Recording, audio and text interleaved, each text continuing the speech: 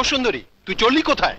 কাকিমার বাড়ি। জানো বাবা, আজ জমিদারের লেঠেলরা খুব জব্দ হয়েছে। হ্যাঁ, জমিদারের লেঠেলরা জব্দ হয়েছে? হ্যাঁ, পার্থ হাতে বেদম মার্কে সবাই পালিয়ে গেছে। বলিস কি? আমি যাই বাবা। মা, মা, আমি জানতাম ও মাস্টারমশাইয়ের ছেলে। একদিন না একদিন ও অন্যায়ের প্রতিবাদ করবেই, একদিন না একদিন ও রুখে দাঁড়াবেই। এবার ভয়টা গেছে তো বাবা। খবরটা পেয়েছিস?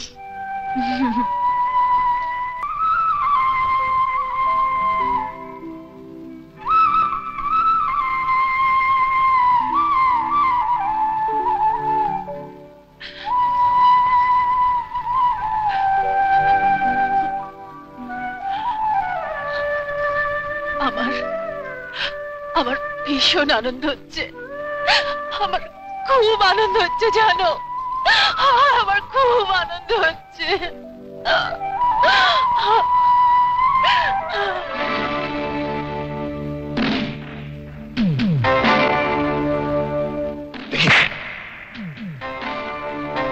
এতদিন বাদে আমার মাথা একেবারে হেঁট করে দিল।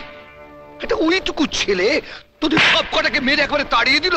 হতভাগার দল সারাদিন ধরে বসে বসে আমার পয়সায় দুধ ঘি মাংস কিনবে আর মার খেয়ে চলে আসবে। চমৎকার! এমন তো কোনোদিন হয়নি হুজুর। হঠাৎ আমাদের মাছি মাছি বলে মারতে শুরু করলো। আর একটা সুযোগ দিন, ছোটটা লাশ এনে আপনার পায়ের তলায় ফেলবো। ঠিক আছে,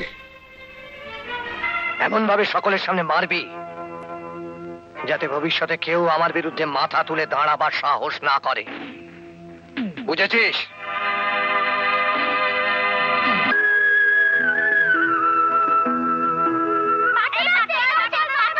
কিরে খোকন, রতন, অপু, তোরা পালাচ্ছিস কেন?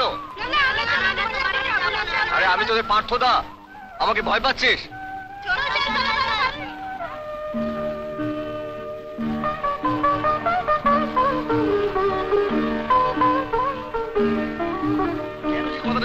আরে ফটিক, আরে ওই বাচ্চাগুলো আমাকে দেখে পালিয়ে গেল কেন বলতো? জানি না। আচ্ছা বল, আমি কি অচেনা কেউ? এই গ্রামেই জন্মেছি, এইখানেই বড় হয়েছি। আরে বল না, কি রে নীরু, বল না। বাবার স্কুলে তুই তো আমার পাশেই বসতিস। হ্যাঁ বল না কি? এই শোন, আরে শোন না।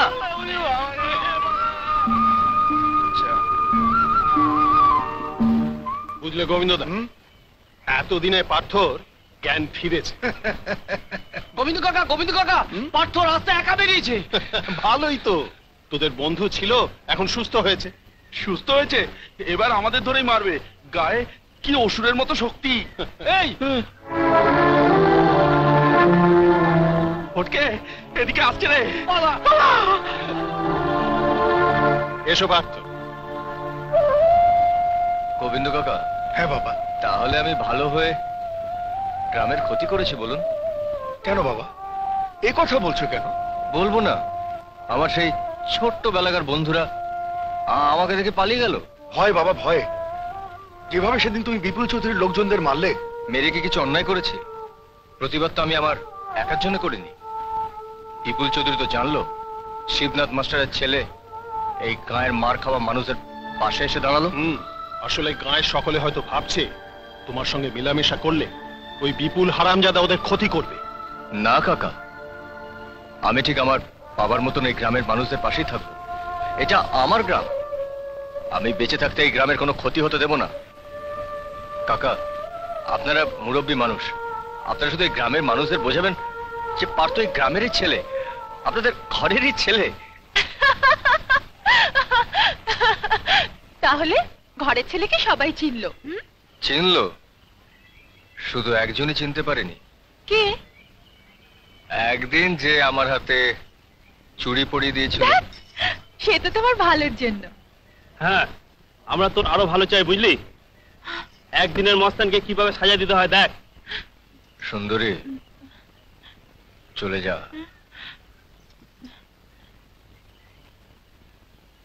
হ্যাঁ হ্যাঁ, পীড়িতের মানুষ খুন হবে, দেখতে নেই, যাও।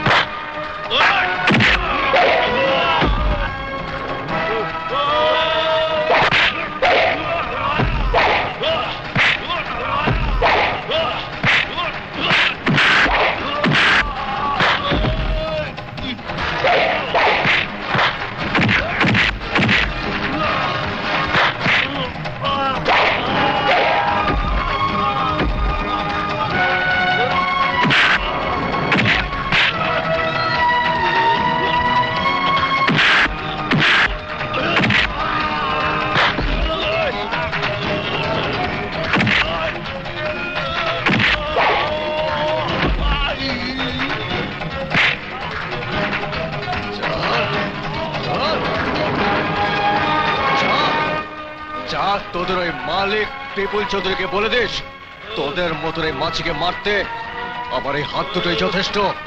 আমার বাবা যা পারেনি আমি তাই করে ছাড়বো। তোদের এই অত্যাচারের শেষ দেখে তবে আবার শান্তি। যা।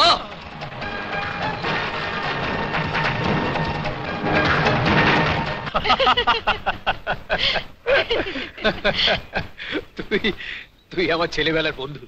বল পার্থ, তুই আমাকে একটু সাহস দে। প্রমথ খুড়ো বাড়িতে গিয়ে বিয়ের কথাটা পাকা করে ফেলি। সাহস দিলাম। দিলি তো?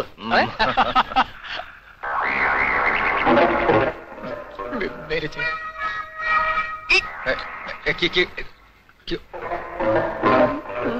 সুখেন, সুখেন, আয় সুখেন। কি হয়েছে কি ভরত কাকা? এই দেখো, এ কি কাকিমা এরকম থান পরে? এই সুখেনের জন্য কি লিখতে কি লিখে ফেলেছে। ও আমার স্মৃতির সিঁদুর তুলে শাখা পলা ভেঙে থান পরে বাড়ি ফিরেছে।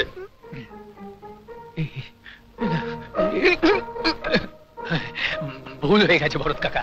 ওই আবার নতুন করে সব সেরে ফেলুন না। আমি কথা দিচ্ছি, ওই শাখা পলা সিঁদুর যা যা লাগে সব আমি কিনে দিয়ে আসবো, কথা দিচ্ছি। সুখেনকে তো আপনি চেনেন কাকা, ওর হয়ে আমি ক্ষমা চেয়ে নিচ্ছি। এটি প্রমথ নায়েবের মেয়ে না কাকা? ওর বাবার মতন নয় বটে। এই সুখেনের সঙ্গে তো আমরা ওর বিয়ে দিচ্ছি। বাহ বাহ বাহ। তা শোন না, ভালো মানাবে না? হ্যাঁ মানাবে মানাবে। চলো চলো। চলে যাচ্ছে, চলে গেল।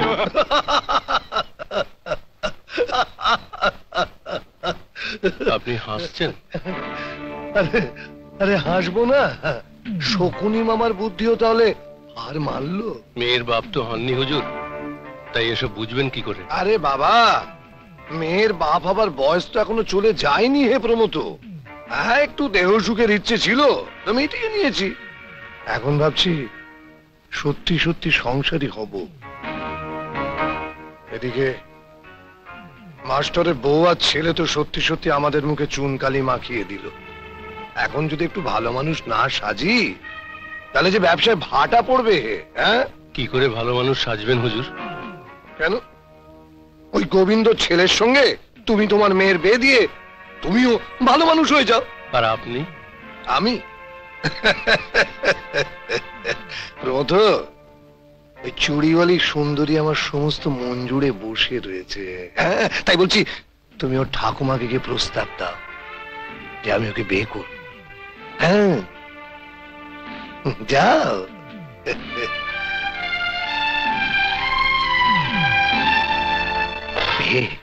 মুখে নোড়ো জেলে দেব। হত ভাগা বিপুলের মশাই, বলতে লজ্জা করলো না? যে হাত দিয়ে পার্থর বাবাকে খুন করেছিল তোর মনিব, সেই হাত দিয়ে সুন্দরীর গলায় মালা পরাতে চাইছে। হারাম জাদা। গালাগাল দিয়ে কোনো লাভ নেই। হুজুরের যখন ইচ্ছে হয়েছে তখন সুন্দরীর গলাতে হুজুরি মালা পরাবে। এখনই পালকিতে করে তোমার নাতনিকে নিয়ে যাব। যা। ওগো, কে কোথায় আছো? একবার এসো। বিপুল চৌধুরী আবার খোলস ছেড়ে বেরিয়ে এসেছে। ওগো ওগো, কে? চুপ কর বুড়ি। তোর বাপের ভাগ্যি যে বিপুল চৌধুরী তোর নাতনিকে বিয়ে করতে চাইছে। বাঁচাও!